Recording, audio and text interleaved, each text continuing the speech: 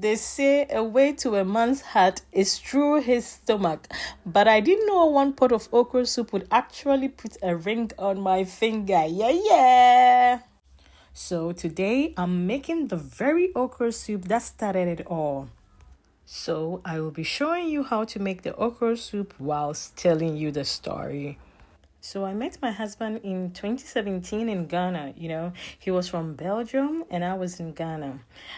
He came for holidays. You know how they do it. I met him at an event organized by a friend of mine. So this guy at the program, I noticed he was just looking at me, staring at me. Anytime I turn, I feel like his eyes was gazing at me. Oh, in my head, I was like, who is this man looking at me? And why is he looking at me so much? Like, it was so obvious that he was looking at me. My friend, which I was with her at the party, also noticed it and asked me, who is that? I said, I don't know.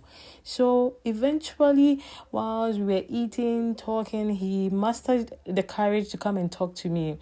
And then he started talking and he introduced himself to me. And I also said, okay, I also introduced myself to him. And fast forward, we exchanged numbers. So weeks after the program, we were chatting on the phone. He came for holiday. I was working. He wanted me to come and see him, come and visit him, but I couldn't because I had work. I didn't have the time. He was holidaying. I had work. So I was just tossing him here, left and right. And one day, I think it was time for him to leave us. So one day I just agreed to see him. So we went out, we had fun, we talked, and fast forward, he left to Belgium. And so I was here, we were still talking. It took eventually, I think, 6 months for me to agree to be his girlfriend. So fast forward, we were dating, we were having this long distance relationship on the phone. So we were dating, that was from middle of 2017 till I think, somewhere around we started dating around 2017, middle of 2017. So in 2018 I decided to pay him a visit in Belgium. So we decided that I was going to fly to France. So he was going to meet me up in France, and then we spend some few days in France, before coming back to Belgium. So this okra soup was not the first time I cooked for him. Oh no.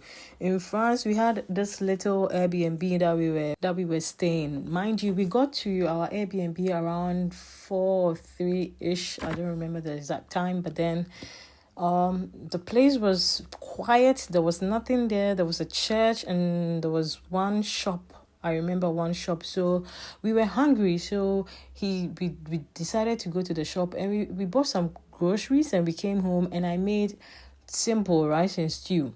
We ate and everything, but he didn't say anything. It was delicious. He said thank you, it was delicious, but he didn't make any fuss out of it.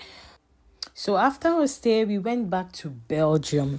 So when we got here, I met his mother and his sister. So she invited us to come to her place the following day for dinner. So So the day came, the following day we went, and whilst we were all at the tables ready to eat, she served us and everything. When we started eating, this man was eating like he hadn't eaten in days. Truth be told, the food was delicious. Oh my God. In my head, I started panicking. I was scared. I was like, that is why he didn't say anything about the rice, because, he has been eating good food. So I was scared. I started losing confidence in myself. In my head, I was like, can I match up to this? I was like, sorry for me. I was scared eventually. So we ate, we had fun. Shout out to my Kuma. She hosted us very well and she welcomed me into the family. So we went home, and the following day I think somewhere around 11 or in the middle of the day around, my husband asked me that, what are we making today? What are we going to cook? And I told him, anything you want, anything. And he said, I want okra soup. The soup, not the stew. I want the chro. And I said, no problem. So he took me to Antwerp, and we went to shop. We went to the grocery shop in Antwerp to get all the African stuff that we needed, and we bought them, and we came home. So we came home, and I started cooking. He was sitting beside me. We were chatting, and I made this wonderful okra soup. Simple, just like you can see on the screen. Simple okra soup, nothing giddy giddy giddy, nothing serious, yeah. And then we started eating, and this man tasted. This man started eating the soup, and he started laughing. I was like, "Hey, what is happening here?" In my head, I was on cloud nine, so now I've gained my confidence back. I was like, yes, hell yes. So we finished eating, cleaned up, and it was time for bed. So we went upstairs, and that was where the magic happened. So in bed, he was like, I want to marry you.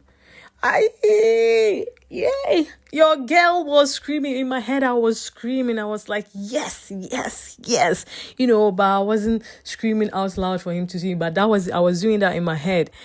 And he said, let's set a date of our wedding. Let's do that now. I thought he was joking, seriously. And then in that same evening, we set the date. We decided on the date that we were going to get married. And like joke, seriously, we got married on the same day that we set. And this is how we got married.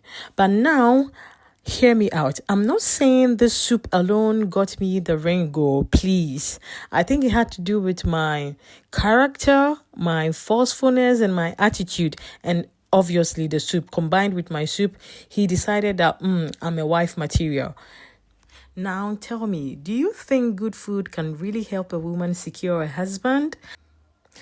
And would you try this okra soup? Let me know in the comment section.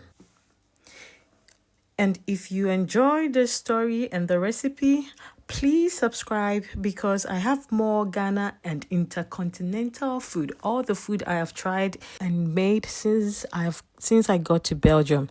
So please stay tuned because there is more to come on this channel. If you've watched to this point, I want to say a very big thank you to my new subscribers. This is Cravings by Nanama. This is a channel where we make simple recipes that you can recreate at home. Thank you.